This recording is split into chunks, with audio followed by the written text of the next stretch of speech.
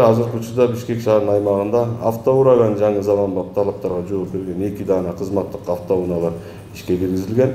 Жалпы 14 багыттагы жол эрежелери боюнча функцияны аткарат.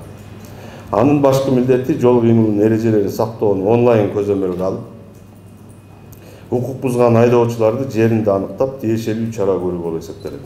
Автоураган унаалары ушул жылдын апрель айында ишке киргизилип, бир топ жакшы натыйжаларды берди.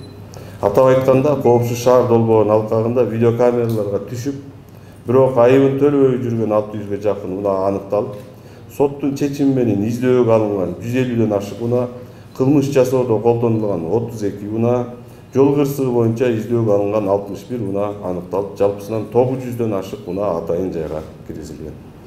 Автоурагандар тарабынан кыска мөөнөттө аткарылган ишмердиктин жыйынтыгында мамлекеттик бюджетке жалпы 11 миллион сомдон ашык каражат түштү.